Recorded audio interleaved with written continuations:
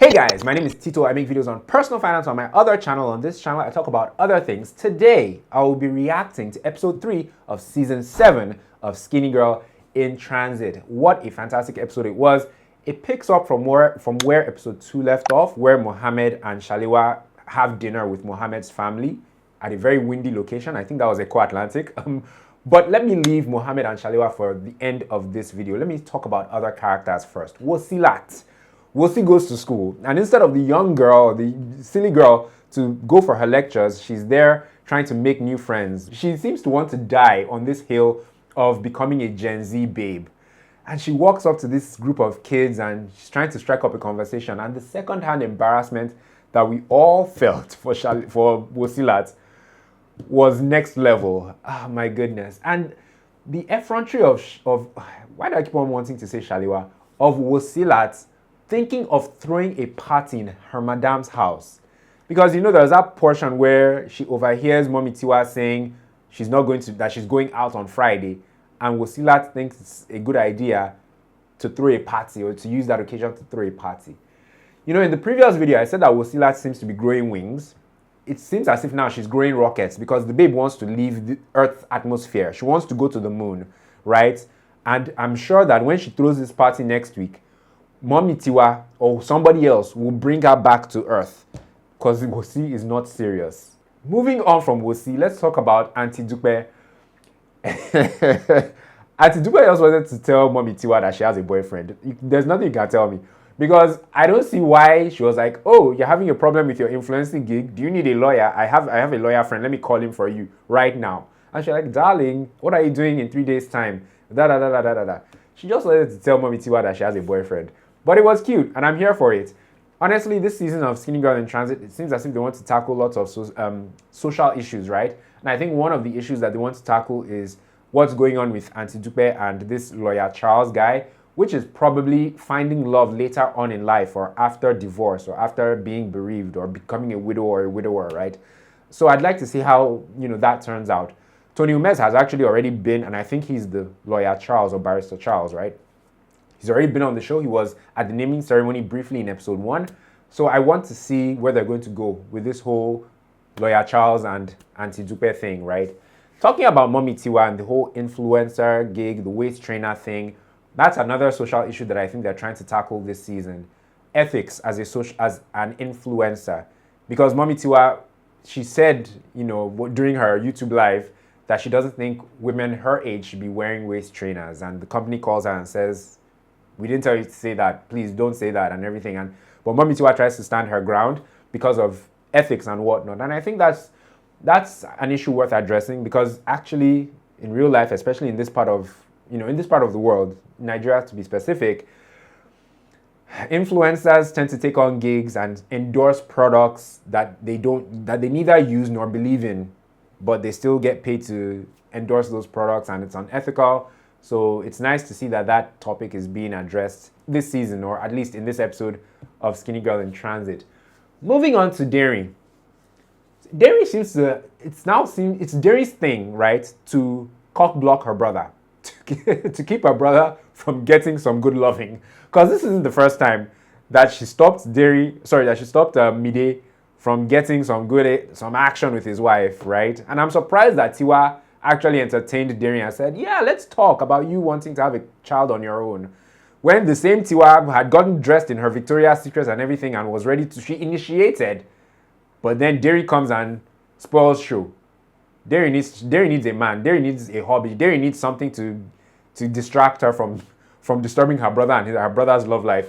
The issue of Derry wanting to have a child on her own, I was like, how did we get here? What has happened in Derry's life that has led her to this point? I'm very curious. Because like 3 seasons ago, when Mide and Tiwa were getting married, that season anyway, I think that's when she was seeing the Ghanaian guy. It didn't work out. She was heartbroken. She traveled. She came back. Now all of a sudden, she's not even talking about finding love. She's talking about having a child. Another social issue that is a thing in this day and age, and that is worth addressing. But my question once again is, how did Derry get here? I hope that they explain how Derry reached this conclusion. Yes, Mide himself, right? As a man, I don't think Mide needed to tell his wife about the woman in the office that said she looks forward to getting in bed with him. It could have been a mistake. It could have been a slip of tongue. It could have been a misunderstanding. There was no need to worry Tiwa with that information. Now, Tiwa is going to come to the office and make things awkward. You know, I think at most, Mide should have addressed it on his own. But yeah, I don't think he needed to tell Mide. Sorry, he needed to tell Tiwa. Let me just double back to Derry's matter and the whole child thing. Tiwa said something very powerful at the spa when she was talking to Didi. I wrote it down. Let me read it. This life is so funny. The people who are unlikely to want children, and those who actually like children, they don't want children. That was so true. Or that is so true, because when you think about it, there's so many people out there who you think they want kids, but when you ask them or you just have a conversation with them at some point, it turns out they reveal to you that they're not interested in becoming a parent someday. So yeah, that was a very powerful line, and I thought it was worth mentioning. I've talked about everybody else, and I want to talk about. Now it is time to talk about Shalewa and Muhammad. Boy, so much to unpack. First of all, what Muhammad's father said at the dinner, and he said something along the lines of, I mean, coming from you who brings a stranger to a family dinner or something like that. If I was Shalewa, I'd be like, cut the cameras. We are done. I am out. What? You should have stood up and said, thank you all for dinner. This was lovely. I have to go. She should have bounced. Dude, Shalewa has endured a lot at the hands of Muhammad and his family. And I don't know. There's just so much to say. Even when in the scene where they're about to break up and Muhammad says, you know, he's cut off his family, which I think, if you ask me, that was a lie. Because the same Muhammad that couldn't say anything at the dinner, he now wants us to believe that he put his father in his place and said he's willing to be cut off from the family for Shalewa. I wasn't buying it. But when, you know, after he told her that, and she says, you know, I don't think it was a good idea for you to have taken that action, Muhammad has the mind to interrupt her and say, what are you saying? What are you talking about? I thought you should be saying, or I thought you'd be saying, I'm glad that you're finally making a decision that is best for the two of us. Why are you saying this? It was giving narcissist in that moment, to be honest. And like I said in the last recap video, I feel like they're writing Muhammad off the show. I said that, but when I said it, I thought it would happen later on in the season. I didn't think it would happen so soon, but it seems like Muhammad and Shalewa are actually done. And I don't think we'll be seeing Muhammad again. I was actually surprised too that Shalewa was wearing that stupid promise ring, because she was taking it off and giving it back to Muhammad. I was like, girl, you actually wore that ring? I don't know. How did they go from what happened in episode 2 to her wearing the ring, them being very cozy, and, you know, they kissed when they saw at the restaurant, you know, just before the breakup. I was like, wait, what happened between episode 2 and episode 3? You know, because it sounded like they were going to talk and try and work things out. But it seems like they've worked things out and they're back together just before breaking up finally, you know, at the end of this episode. Shout outs to Timini and Sharon too. The acting in that scene, brilliant. Lots of people had things to say about that final scene that brought tears to many people's eyes. Angelina Boateng, she said, Shalewa spoke my truth today and I can relate so much. She goes on to say, so happy and proud of the strength it took for her to do this. Osaro Oyegun says, glad Shalewa finally got some backbone. Took Muhammad long enough to find his. Ouch, damn. Lulu M says, and this is from Twitter, she says, God, I'm so proud of Shalewa, so proud. And that last scene was heartbreaking, but it needed to happen. P, also on Twitter, she says, at some point, Shalewa has to understand the role she's playing in her sadness. Go where you're loved, please. The final comment on the whole Shalewa and Muhammad thing. The development of Shalewa and Muhammad in this season is so good, but also a harsh reality check of what many women go through with men. Very, very true.